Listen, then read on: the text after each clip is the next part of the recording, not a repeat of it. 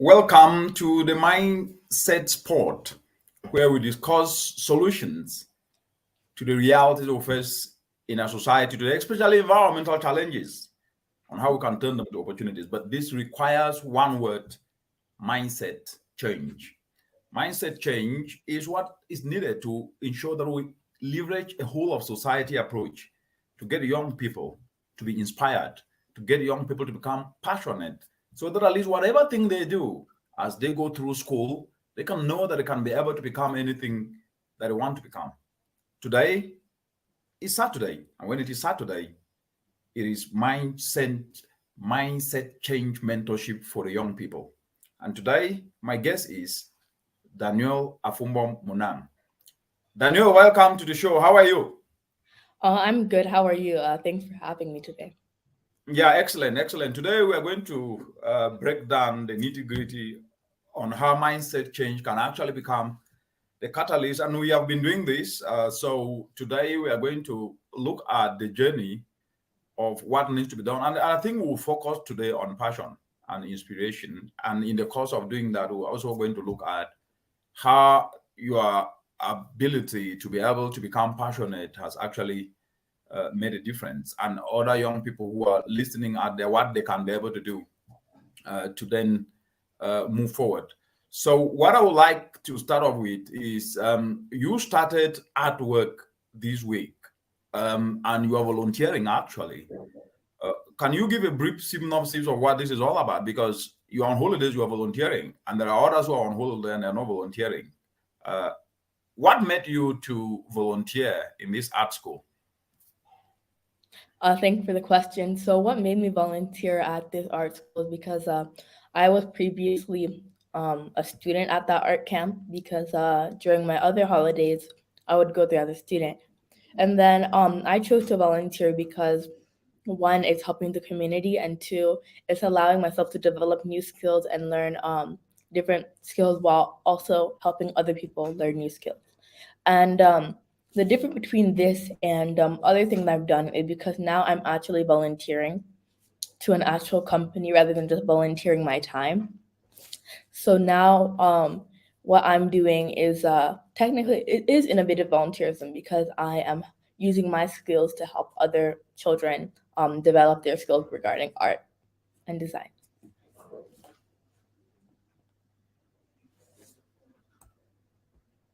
You did study in this art school when I think about 3 or 4 years ago, and now you've come back there to volunteer to give your time to teach others kids there. This aspect of volunteering, a lot of people see it as nothing, but it's actually the foundation to build experience. So for those who are looking at volunteering as if it is punishment, what can you tell them? Because you are a practical example of using your skills that you learn over time, and you're coming back to teach young people there. So for those who are listening, what can you tell them about volunteering? I can tell them that volunteering is a fun, and especially if you pick something that you've done before and something you have experience with, you'll actually benefit from it. As by teaching other people, you're also learning from other people as well as you'll be learning different experiences from different ways. And through volunteering, you get practical experience while and it can prepare you for other stuff such as jobs and other and stuff. So by volunteering your time in different fields, whether it's medicine, art, fashion, by volunteering in any aspect, it's very beneficial. Despite not getting paid, you're getting paid through knowledge, which I think is more important. Yeah, very good point. And that point now takes me to the aspect. You see, a lot of young people, I mean, we grew up and we were never really guided that much. There were very few mentors who could be able to say, this is how you're supposed to do it to make it in life. The idea had always been that education, which is just going to school and getting degrees and certificates, is what we should focus on, which is not true. Because getting a degree, a master's, and a PhD without experience is as good as it can get.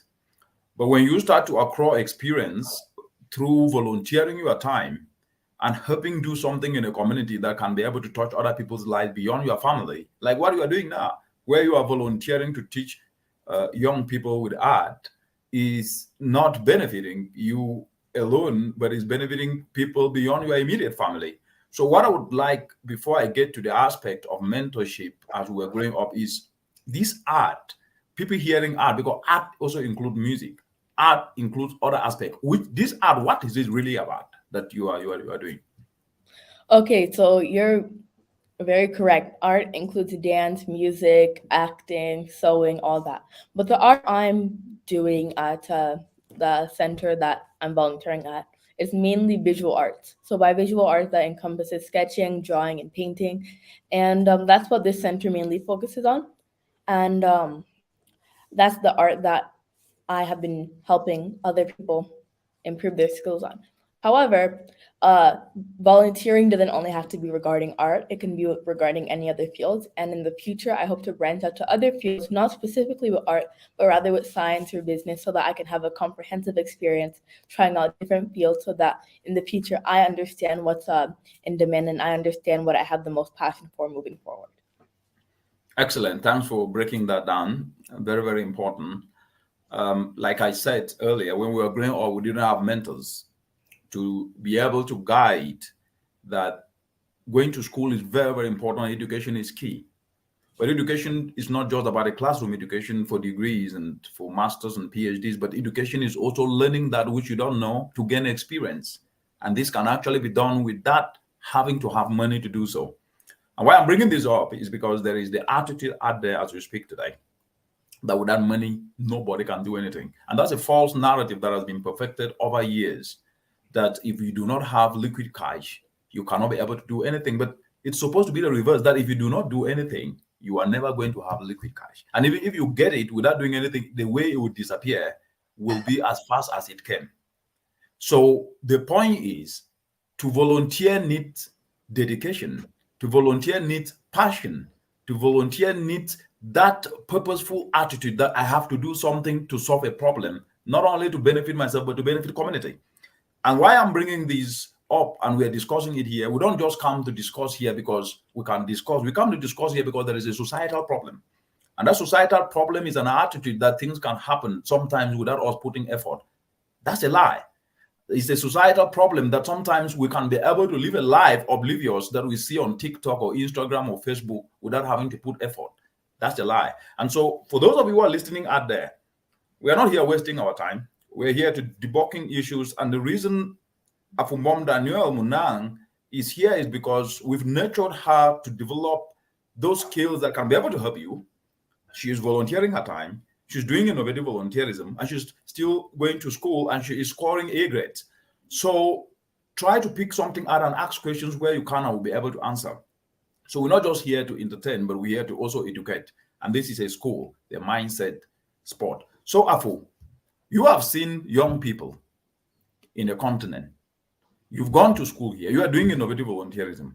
What do you think is missing from what you are seeing that we can be able then to tap into so that you can close that gap from your own experience, from what you are seeing? So from my own experience, I think that the issue around the continent, because I've been here multiple times and I've partaken in activities and camps here. And I feel like the main issue that I've noticed throughout my time here is resilience. And how we can solve is lack of resilience. And what I mean by that is whenever the challenge, many people tend to give up rather than finding solutions and facing the challenge. So I think that a way to solve that is by encouraging many people to turn those challenges into an opportunity, which is innovative volunteerism. And I understand that in some places it's practically impossible to volunteer, but if there's no place to volunteer yourself, because volunteering isn't only what I'm doing, going to a place and helping other people out. Volunteering also means volunteering your time, searching things up to learn a skill that can benefit you in the future and solve challenges your community faces. So to answer the question simply is lack of resilience, what I've seen. And how to solve that issue is by encouraging people to face challenges and using real examples to show that it is possible and there are benefits to being resilient. It is possible and there are benefits for being resilient. We'll take a break at the moment. And when we come back, we're going to discuss how that resilience building should become the norm and not the exception. And we will debunk the attitude of thinking things are supposed to be easy, because they lie. We'll be right back. Thank you.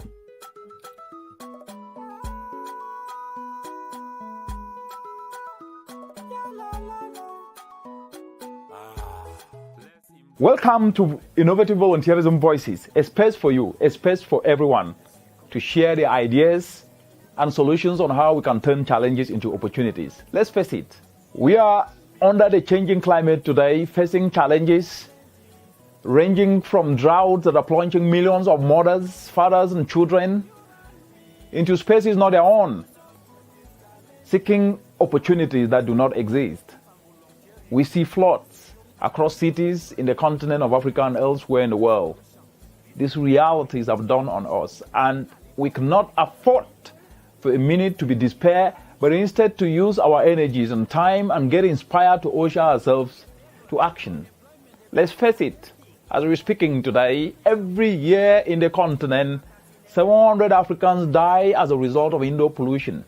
Our mothers, our parents, fathers, and children have committed no crime other than fetching for firewood, for fuelwood, for charcoal to cook food for their families.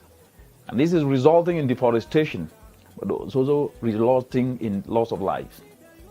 And what does this tell us? We must see this through the lens of opportunity.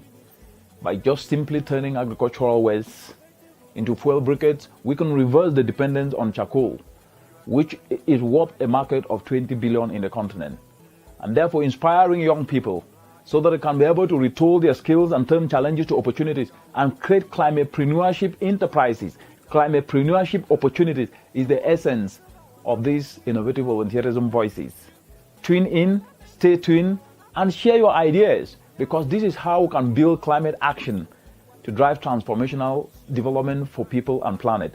This is your voices, and be part and contribute your voice to these innovative volunteerism voices. Stay tuned. I'll be back. And we are back. We are back. And as we are back, there are questions that are streaming in, and people from all across the world are saying, like Shoria here is saying that I'm enlightened about volunteerism. And we're saying, Ngwawi is saying that thank you for this. And I think Shuria is saying that in my country, it's practically impossible to get an opportunity to volunteer. I think I will come in on that to clarify. Shuria, thank you for joining in. The truth is this: there is volunteering opportunity everywhere. And I would like to take this opportunity to debunk this. We've been made to think that you can only volunteer in institutions. The biggest institution is yourself. I believe in the community in which you are, mothers are there depending on charcoal, which is causing deforestation and contributing to the degradation of the environment. If you go online today, just type in how to make briquettes, or you can go to the YouTube channel where I've talked about this, how to do it. You will learn something. Come to the community, engage with youth, and you people should learn more of that. And then as a result of that, you will start to do something that can help solve that problem. That process of you availing yourself to learn something on your own is called volunteering yourself, to be voluntarily volunteering yourself to do something that touches life. But we've been conditioned that if we do not volunteer in an institution, then it's not volunteerism. That's a lie. So you can volunteer your time to read, you can volunteer your time to learn. Most of the time, people go on TikTok today to watch what others are doing there. They volunteer their time for leisure. Also volunteer your time to build and learn something that can help you solve a problem. That's part of volunteerism. The reality is this. If I take the example of Daniel, which will explain more, she didn't need an institution to volunteer to learn how to sew. She had to volunteer her time to read, to learn, to see exactly how sewing is done. And by the time she was getting to the level in which she got a machine, she already had the ability and the passion she has developed and the know-how of some of the aspects before she started it. So to sit sometimes and think that I must volunteer in the UN, I must volunteer in a big organization, when we are not leveraging the opportunities in our communities to do that which is needed, then we are just not helping ourselves. And so I decided to use this opportunity to debunk that false narrative. Because when we were growing up in a community, I grew up in a small village in the northwestern part of Cameroon called Jinquin, very proudly Jinquinian, as we call it. We in the community, as we were growing up, when you come back from school, you have to go to the farm to weed the farm. You have to help others in the community that were not necessarily part of your family. And in the course of doing that, we learn. We made mistakes, but we fell forward as we were guided. That's volunteerism. And so that is why the word innovative volunteerism came in, to ensure that what you are doing, you are voluntarily volunteering yourself to do something. But the innovativeness is that you are doing something that can solve a problem. In this case, environmental challenges, because there's so many, but this is where the big cash is. If you voluntarily volunteer to learn how to turn waste to fuel briquettes, how to turn waste to apparels, to use waste to make bags, to make shoes, and all those sort of things. But when you sit and think that someone else is going to tell you to do that, no, that's oblivious thinking. It doesn't work that way. And that's why I'm calling this a false narrative. Afu, what do you have to say about this? About this comment, well, I totally understand that you may find it hard to volunteer as you know your country best. However, like Dr. Richard Munang said, I think it's you can also volunteer yourself as like you said, the biggest institution is yourself, and even by taking time to watch a video that you can develop your skill or passion or whatever you're interested in to another level, that's still volunteering, as you're taking time for free to learn about something new and to develop on something that you already know. So that's basically what volunteering is. So although there may not be places to volunteer, there will always be yourself, and you can volunteer yourself into examining ways on how to better your community through sustainable solutions. Exactly. And this false narrative that we can wait for things to come for us has never worked anywhere. I have argued very strongly. I have studied in universities in Africa and universities in the Western world. I have seen how things work. Opportunities are not given to anybody anywhere in the world. Opportunities are seized. When government put an enabling environment and policies, if people don't seize them, policies themselves will not implement themselves. And I'm saying this because if you take the African continent today in the area of climate change and environment, we have so many countries who have banned single-use plastics. What does that do? It provides an opportunity then to provide alternatives. How can we be able to use other alternatives to make biodegradable bags? Those are business investment opportunities that youth can get into. Volunteer to learn. Get to TikTok, learn. Get to YouTube, learn. Don't go there and be batching people and thinking that the world will change because of the comments you make. Doesn't work that way. The only thing that will make the world to change is the action you will take to solve a problem that creates opportunities for others in the community. That's what makes a difference. That's how it was, that's how it should be, and that's how it will always be. And therefore, it is very, very important for each and every one of us, wherever we are, to know that if we are not useful, then the challenges we talk about will not solve themselves unless we start to become solution providers to the challenges that we face. That is how it is. I think before we went on break, we're talking about resilience. And we have answered this question. And a resilient mindset builds from these answers that we have made here. So to be resilient means that we need to recognize that challenges are disguised opportunities. Do you think this is how things are being seen today? Thanks for the question. That's a very bold question, as you know. So, great question. yeah, it is, because I'm not very bold. Right. I'm not gonna get canceled, but to answer your question, I would say that the resilient mindset is shy. People tend to shy away from using that mindset because, to be honest, being resilient is hard. It's hard work, and a lot of people don't like doing hard work. A lot of people like sitting and watching Bibi Naja on their couch. And by the way, you are mentioning Bibi Najana. It is the season, and they will. Season 7, yeah. Yeah, just to clarify before we continue, we are not against people watching Bibi Naja. I love Bibi Naja, guys, but you can be resilient and watch Bibi Naja. Yes, but the point is this: you cannot sacrifice all your time to do that which is easy and then complain about that which is difficult and think that others will do it. You have to be part of the solution to that difficult part. Proceed, Afo. Exactly. So there's nothing wrong with watching any shows. I personally enjoy Netflix. I personally enjoy Bibi Naja. However, that doesn't stop me from being resilient, and it shouldn't stop you from being resilient, which is something that people across the world and this continent forget to know.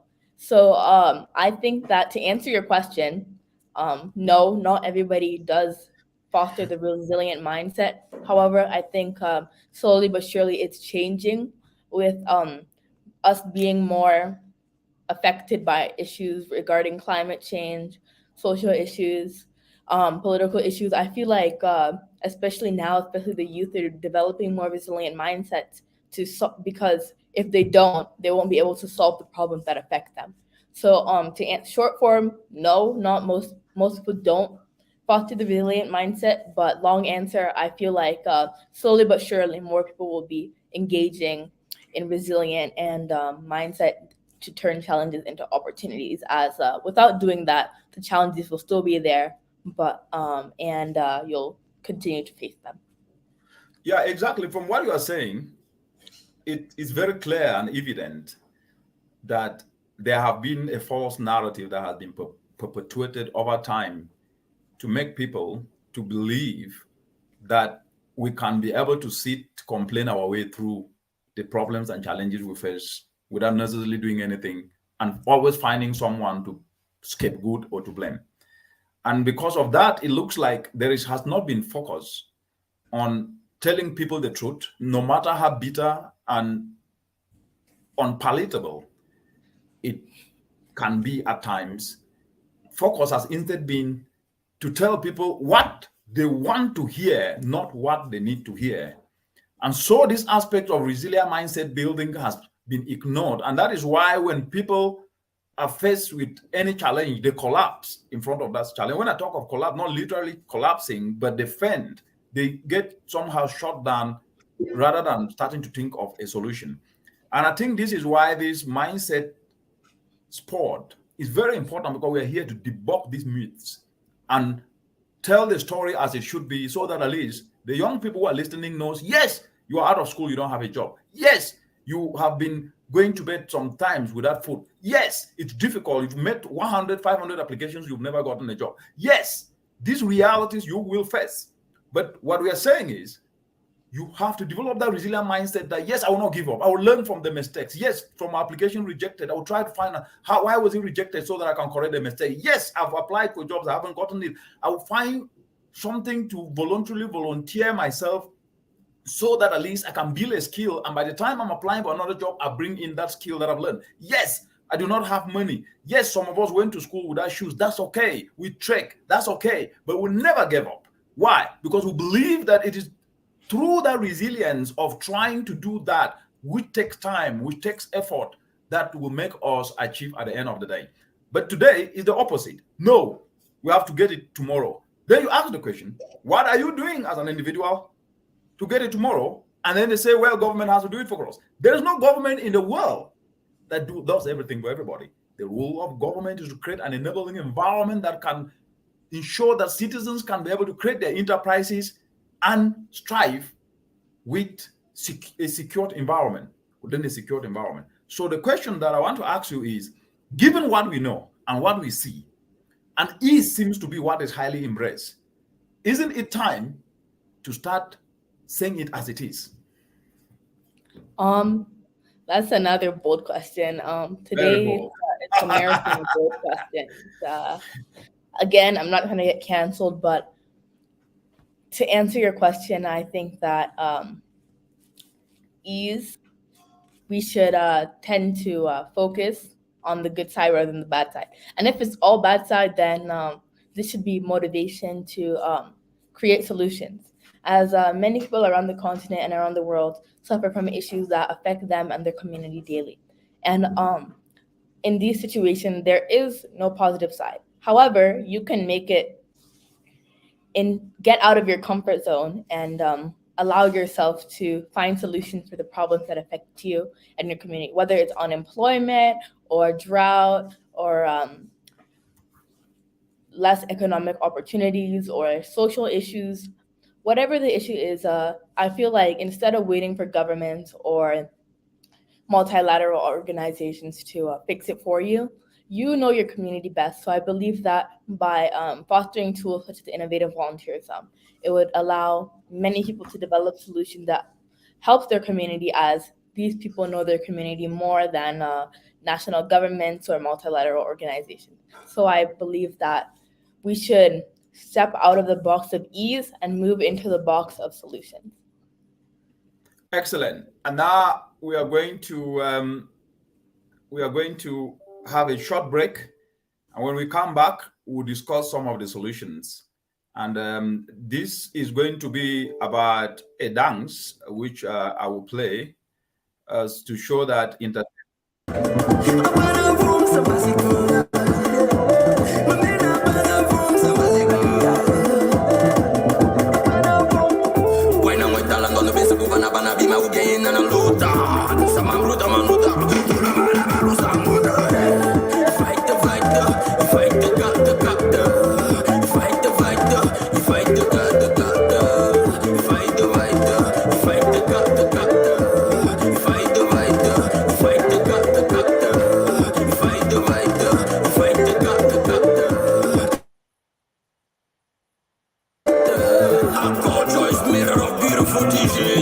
Let me introduce some to you, ladies and gentlemen. Même si c'est le corps on a coquille, le mongo chopi, même le topsy, le héros en a quoi coco, c'est à tout en a et quoi. Après tout ça, c'est le cas de Picasso. Fight the fighter, fight the cut the cut, fight the fighter, fight the cut the cut, fight the fighter, fight the cut the cut.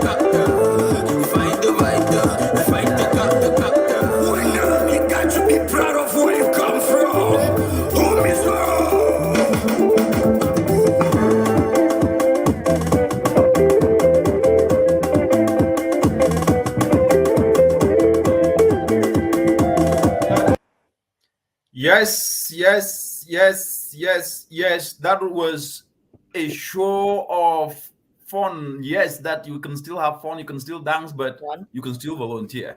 It doesn't stop you from creating time to do other things. And we don't dance because we know how to dance. We dance because we can dance our own way. Isn't it so? So what's your take on that? My take on that is it's obvious Jag isn't one of my strong suits. However, it was still fun dancing it because it allowed me to have a glimpse of my culture, although I'm not good at it. As you can probably see, I'm trying, and that's what matters. And you should try to better your challenges rather than sitting at home eating chips and complaining. Nothing wrong with sitting and eating chips, but don't be complaining, because time you took to complain, you could went on YouTube, on TikTok, and found ways to implement these things to solve challenges that you. I like that. I think you've given exactly. You've given the next phase of our discussion now. Moving forward, we love complaining, and we don't try to learn, even if we fail. Of course, that dance, I put it up there intentionally. We are not dancers. We can dance to any music in our own way, and we may not be best in it, but we learn the rhythms as it moves ahead. So that goes back to the mindset resilient. People get worried more about what they cannot do as compared to what they can do. And then they get overshadowed by what they cannot do. They are afraid to fail. They're afraid to make mistakes. They're afraid to dance. They're shy to do anything. Then how do we get out of this? Because this is it's a mindset issue that needs to be changed. It's a stereotypical aspect that have been nurtured over time, that if you cannot do it, don't even try it, because people will laugh at you. So we try to think more about what people will say rather than trying to learn something that can help us move forward. And remember, success is actually a collection of failures that constitute the outcome. When you look at the development of the light bulb, Madison tried it so many times that when he was asked the question, you have been failing and failing Why did you just continue to do it? He said it was those failures that helped me to finally come up with this invention.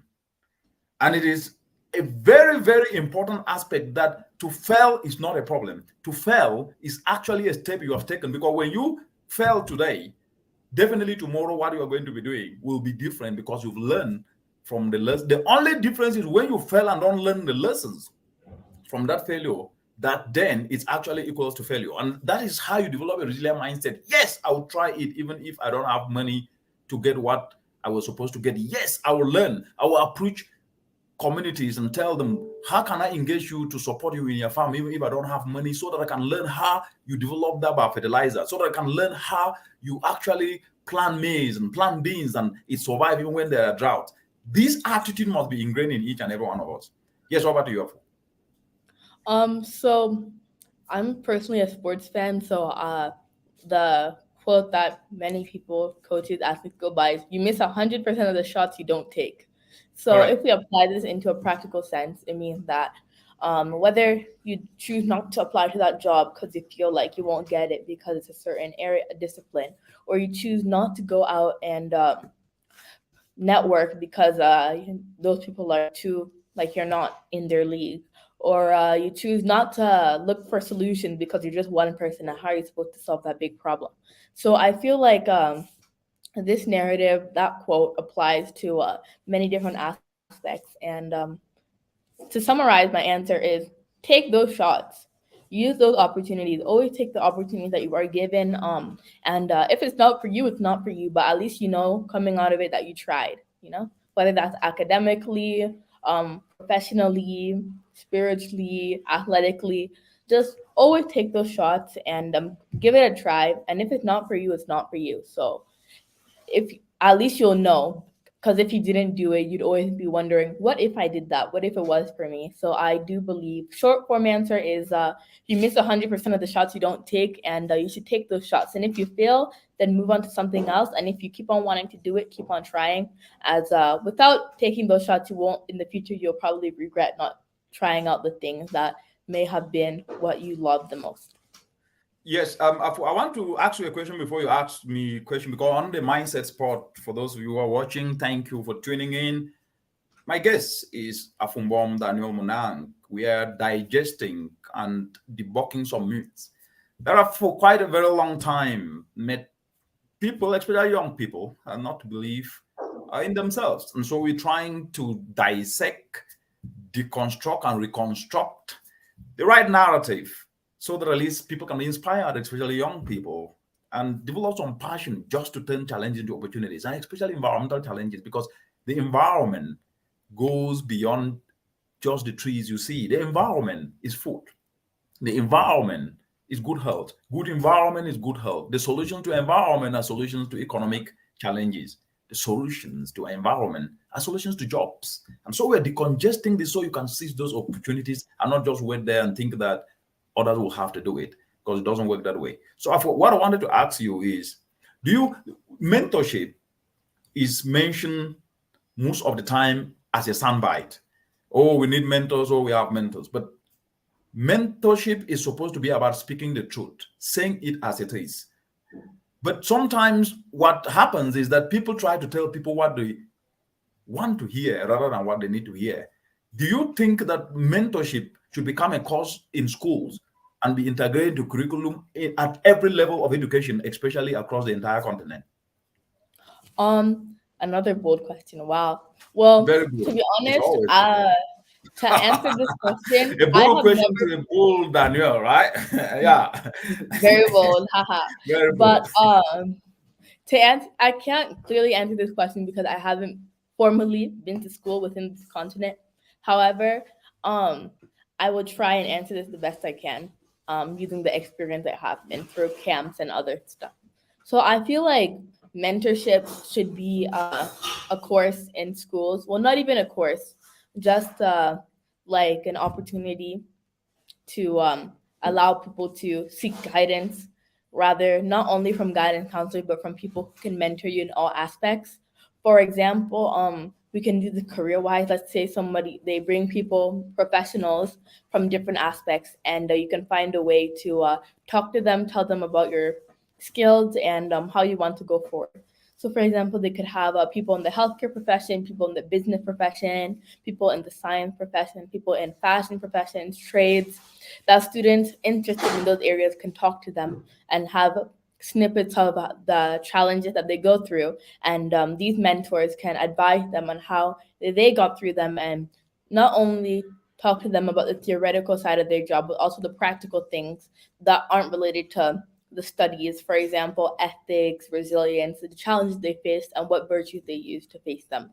So in conclusion, I feel like there should be an option for mentorships as like a course, so that people should learn how to apply the skills, not only the skills learned in school in the four walls of a classroom, but skills learned throughout your life, such as ethics, resilience, virtues, compassion, throughout future careers or future aspects they'd like to go into. Excellent. One of the aspects of mentorship is that most of those who want to be mentored want to focus only on the successes, which is a false narrative. Every successful person, let me repeat, every successful person, because success is relative. Success to me could just be helping that mother in a village to be able to access a solar dryer to dry her food. That you have touched a life. To me, that's success. That a mother who is going to bed hungry just because she's suffering post-harvest losses, she's grown her tomatoes, her vegetables, her beans, but unfortunately cannot be able to have a place to store. And if you develop a solution that can just be able to help that mother to do that, and she can be able to afford food, that's success. But success sometimes is measured by, in terms of materialistic endeavors, if I may use that. But however, that's a false narrative. The point I'm trying to drive here is the mentorship dimension seems to be somehow misconstrued, in that it's about just learning how to succeed, not also learning the steps and the failures that you will encounter on the route to success. And therefore, we need then to start making sure that at least mentorship is the good, the bad, and the ugly. And sometimes it's more the ugly that help you to get the good. And what is it? You need time, dedication, avoiding distractions, because a lot of people will spend time on what is easy. Of course, yeah, I'm not in any way saying you cannot go dancing, you cannot do that, but you have to ask yourself, we have 24 hours a day. How can I be able to leverage these 24 hours to get the most impact out of it, so that at least it can be able to create what I need tomorrow? Because one thing I want to say before I give the floor to you to ask questions is, what you get today is what was worked years back or months back or weeks back. But there is never really that articulation of issues that what you get tomorrow is what you have done today. Because tomorrow is created today, not tomorrow. If you cannot create tomorrow today, then you will not have the tomorrow of tomorrow. What do I mean? The applications we're using today, whether it is gadgets like cell phones, Samsungs, iPhones, and computers, were created yesterday. And they have continuously, and what we're going to get tomorrow is being done today. So if we do not have the mindset that if I want to be better tomorrow, I have to start now, not saying I will do it tomorrow, then we will end up only postponing and procrastinating. And you remember, procrastination is the theft of time. Over to you, Afu. Okay, so to answer this question, I feel like I answered a bit of it in my previous question. So through mentorship, like I said, my idea was that the mentors also talk about the hardships they faced, and the hardships these students will probably face entering the real world. So for example, let's say somebody studied abroad. They weren't just imported there. They worked hard, and I like that. They weren't just imported there. It was not an importation and exportation. yeah, Go ahead.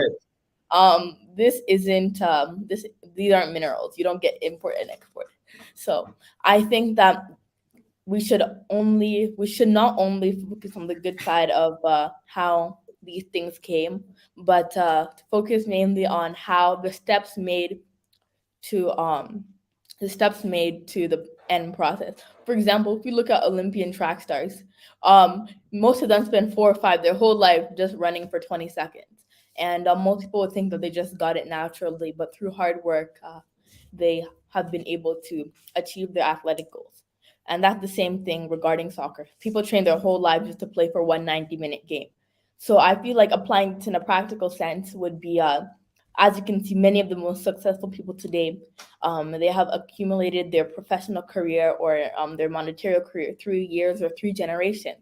And all we see is just a snapshot of what they have done today, not knowing that it has been throughout generations or throughout decades. So to answer your question, I would say that we should focus mainly on the steps that people took, and we should become more aware that these celebrities or these influential people we see today, they didn't just all of a sudden become a millionaire, or they didn't just all of a sudden become a deputy director. It took many years of hard work and resilience to build either professional, economically, or socially what it is today. And this is even the same thing with countries.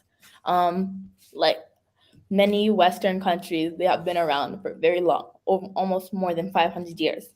And it's just now that we're seeing the main development. And most people think that they're just like that, but it took centuries and centuries of hard work. So I feel like we should apply this to a practical sense, that as we're working hard now, what you want to be in the future will all be due to work today. So in conclusion, I feel like we should be talking about the steps to success rather than just talking about success.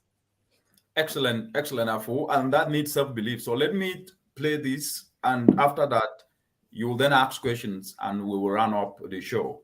Self-belief is very important, and that is something that we need. And so this self-belief,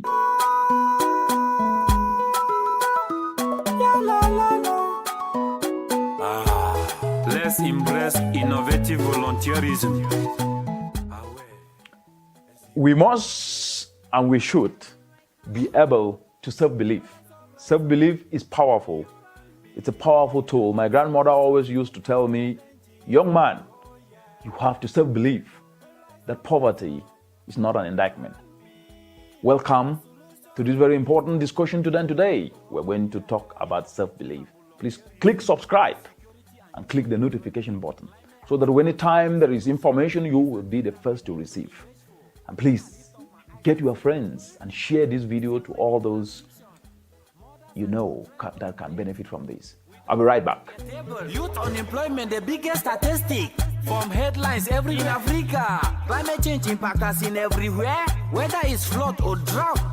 Making millions helpless, my brother. This is an emergency that threatens the future. And we must address this together, Africa. In 1994, when I was in Form 1, there was this course called mathematics.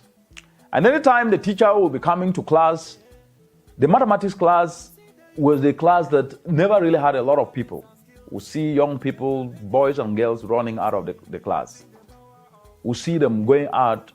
But when there is biology, the class was always full because there was fun, there was going to be discussions on aspects that were quite very, very interesting and enticing to so many people.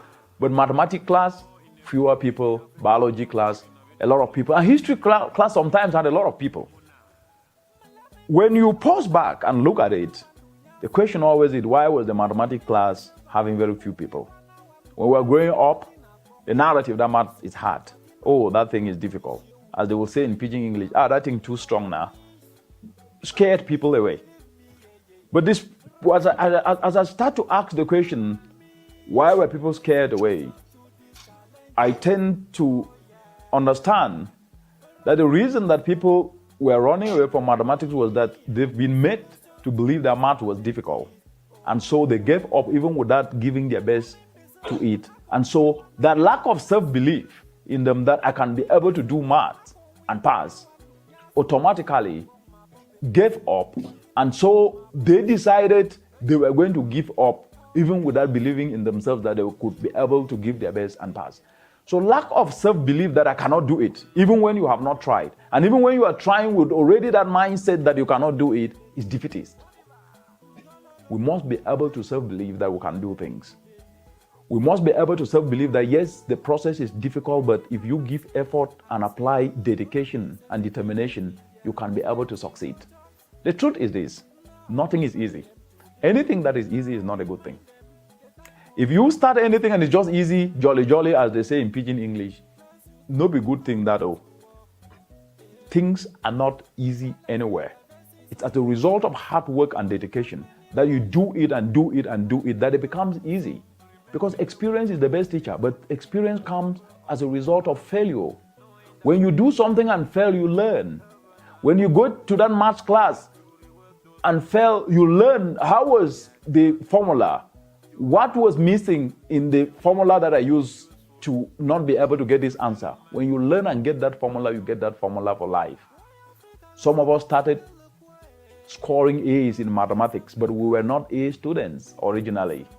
But we were dedicated to learn that maths and be able to understand the way arithmetic and mathematics was applied and how the solutions were actually arrived at.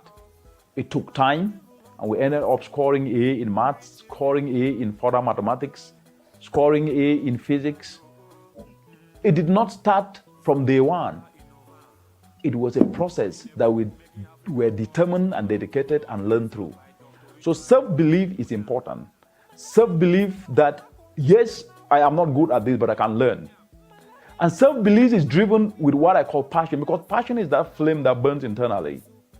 That you say, look, I am passionate about mathematics. Yes, it is difficult, but I will be able to give my best to learn and pass this course. You will be amazed with what will happen. You will pass that course.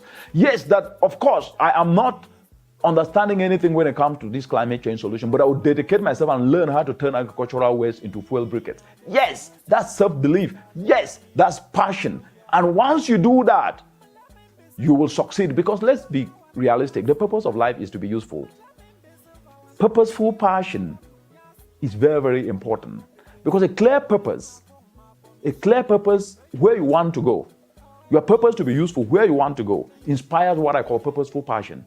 If you know where you want to go, you are dedicated, I want to reach there, I want to help my community to move away from charcoal to start using clean energy solutions like biogas, like fuel briquettes. You will then be inspired.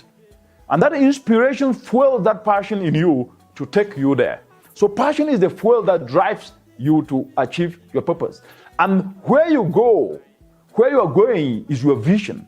And that vision, I call it an unborrowed vision, not an experimental vision, because experimental vision is just this loop-sided talk around, oh, this can be done, and you don't even question it, you just jump to it. No, an unborrowed vision is your own vision. I want my population, I want the continent, I want the world to be a food secure world. This is what I need to do. And you focus on it and get inspired around it, and that fuel called passion drives you forward. That's how easy it is. And that takes self-belief, that takes dedication, that takes passion, that takes an unborrowed vision, and that takes a purposeful individual to be able to do that. You can do it. So let's all self-believe that we can be able to turn challenges to opportunities. And let's self-believe that regardless of how hard a process is, if we are dedicated, if we are focused, if we stay the course, and develop that internal passion in us, nothing absolutely, my brothers and sisters, will be difficult. Yes, it will not be easy, because life is not a place of ease. It's a place where we give our best to turn challenges to opportunities. That's what matters, and that's the truth. Let's self-believe and turn challenges into opportunities, because that's what matters, and that's how it's always been. Thank you.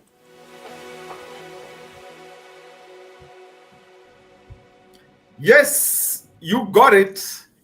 And for those of you who are listening, yes, we welcome back. Over to you, Afu. It was about self-belief. So we're back, viewers, and if it's your first time watching, the Mindset Spot is not only a spot where he gets to ask questions, it's also a spot where the interviewees get to ask questions to the host. So if you have any questions that you'd like either of us to answer, leave them in the comments. But for now, I'll be asking Dr. Richard Munang, Deputy Director for the United Nations Environmental Program, some questions about volunteering and the theoretical side and the scientific side of environmental science. So for the first question, you keep on talking about how volunteering is good, but has volunteering ever led you to opportunities that you're grateful for today? Have you ever done formal volunteering, or is innovative volunteerism all you have done? And why are you so passionate about volunteering? As many people would think that you don't volunteer, your job is paid, so why do you want them to volunteer? So, long Very, question, shortened. How a has very bull one. volunteering impacted your life? Bull question and a bull answer you will expect, isn't it? This is the truth. Yeah. I started off by saying that I grew up in the northwestern part of Cameroon in a small village called Jinquin, and I went to school without shoes. This is nothing new. A lot of kids across the continent do that. But what is important to note here is that the belief, the self-belief that regardless of the fact that I didn't have, I can always become better by working hard, dedicated, being humble and diligent in whatever thing you do was important. Now to your question, I volunteered for a year. When I finished ENS and we were waiting for postings, I volunteered. And how did I do this? In an NGO. I walked in there and said, I am at your service. Please, I want to learn how to write projects, how to develop programs. And I was told, look, come back tomorrow and we will give you a space to start doing that. And I learned, and most of my friends were laughing and saying, how can you do that without money and all those sort of things. And from there, I built the experience that was needed to then, and I leveraged that experience to apply for scholarships. And I made so many applications for scholarships, over 20 applications. The first year, I didn't get it. The second year, learning from the failure of not winning the scholarships, I knew that what they needed was to craft a motivation letter in a way that actually showcases the experience of something you've done. I had to use the experience of the volunteering that I did. Why am I emphasizing on this? Is that sometimes when you do something, you cannot just do it for money. The experience you get is going to fetch you something that is bigger than money. I won a scholarship for a master's degree in the University of Nottingham. And I went there and excel with excellence, and got a PhD scholarship also. And during the PhD scholarship, I voluntarily volunteer to also teach. And I use my teaching skills today to be able to engage young people. Not everything must be done only for money. So I have volunteered all through my life, and I'm voluntarily volunteering now to mentor young people. I don't get anything out of that, but I get something bigger in that their mindset can be changed and they can contribute to be solution providers across the world. That's important, and that's something that should be excited for everybody that does it. So that's, in a nutshell, my answer to your question. Okay, so to elaborate on you teaching at UON in Nottingham, England. So do you believe that you teaching subjects like bioscience and other fields, do you think that sparked your interest in helping the youth?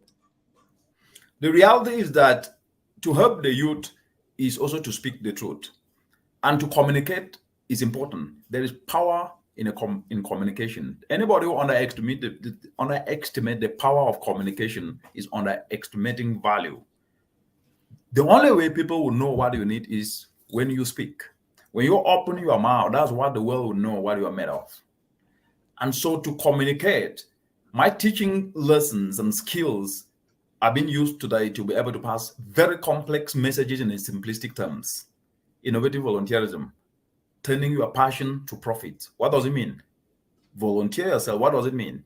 To do something that can fetch you money. What does it mean?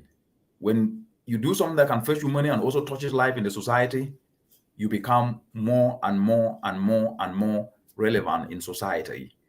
Hence, the teaching skills that I acquired then are being used today to engage as we are doing here. Over. Excellent answer, but you didn't quite answer my question. I wanted to know if your interest in youth and mentoring them sparked before you teaching at voluntarily teaching undergrad and master's students, or has it been a passion of yours since umbilical cord? Like, which experiences led you to developing passion to mentoring the youth and trying to advise them on ways to help their continent excel? This is a very important question. The reality is that when you look at the entire world today, it's a young world. And when you juxtapose it within the African continent, Africa is a young continent. 1.4 billion citizens, with over 60% of these 1.4 billion citizens being youthful, under the ages of 35. That then means the only way for Africa's challenges, especially environmental and climate change challenges, to be addressed is to put the youth at the center. Anything less than that, no amount of money, no matter how much it is, will help if you do not have the people who have the skills to be able to devise the solutions that are needed to build climate resilience. And that is why the youth are the biggest sovereign capital for Africa and the entire world when it comes to addressing economic, socio-economic challenges, environmental challenges, and climate change challenges. That is the truth, and that is what each and everyone should know. And because of that, knowing fully well that we cannot be able to turn challenges to opportunities without inspiring the youth, without empowering them with the tools that they need to be able to face the future, then we will be missing opportunities. That then did not only inspire me to inspire them, but knowing the challenges and what is at stake have been the added impetus to be able to ensure that at least you operate from your position of strength, because you can only go to war with the army you have. Africa's solutions army are the youth. And if we do not tap them, we will not be able to address the challenges. And tomorrow we'll come back and talk about the problems, and the complaining will continuously cascade and will take us nowhere. Therefore, in answering your question in a nutshell, the youth, being the sovereign capital, need to be inspired so that at least they can discover their purpose. And what is purpose? The purpose of life is to be useful. And usefulness is preferring solutions to the challenges we face.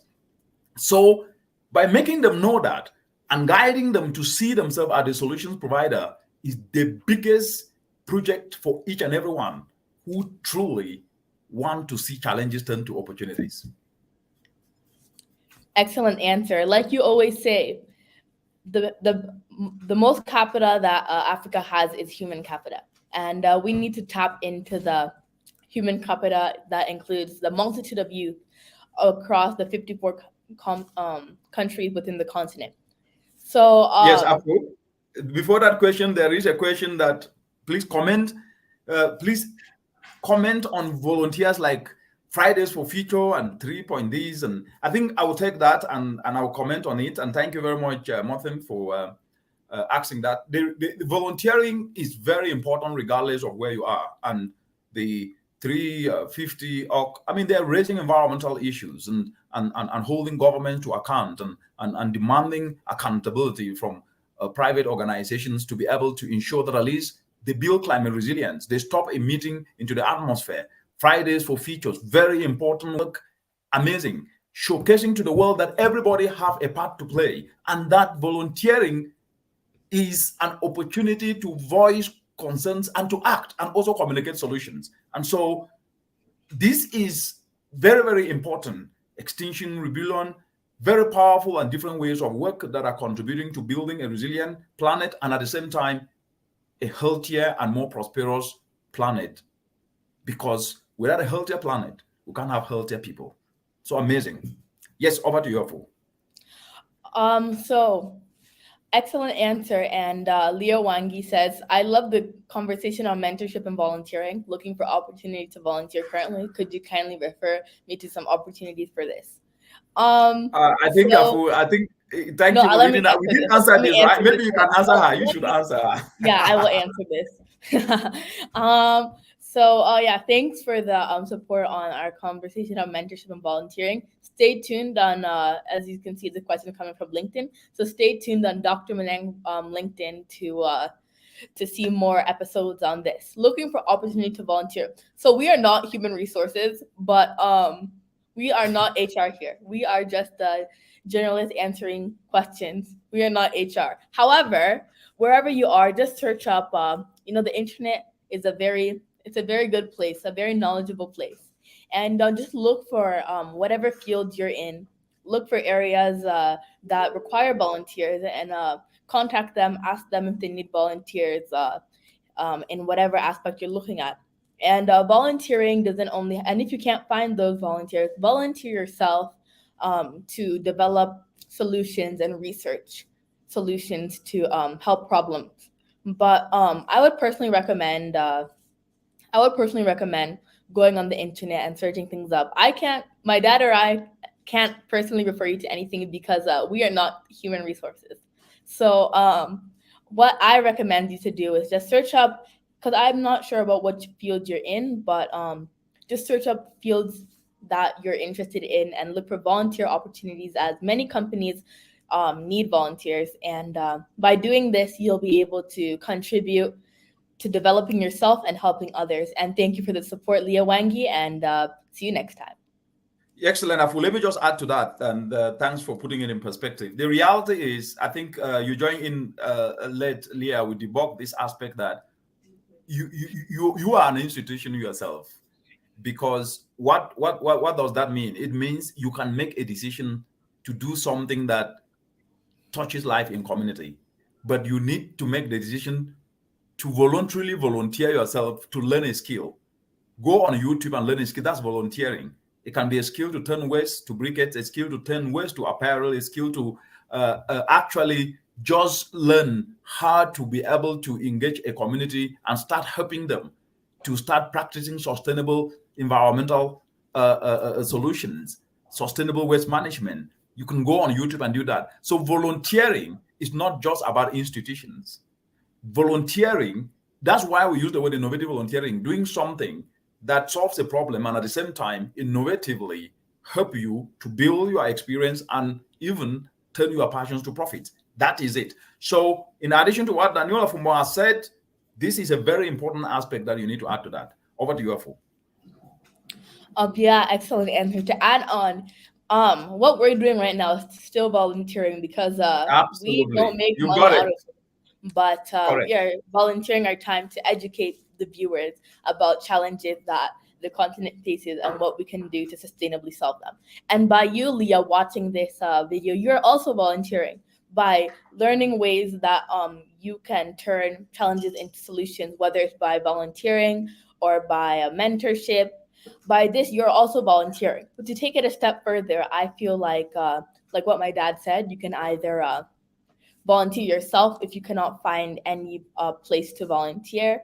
But the biggest enterprise is yourself.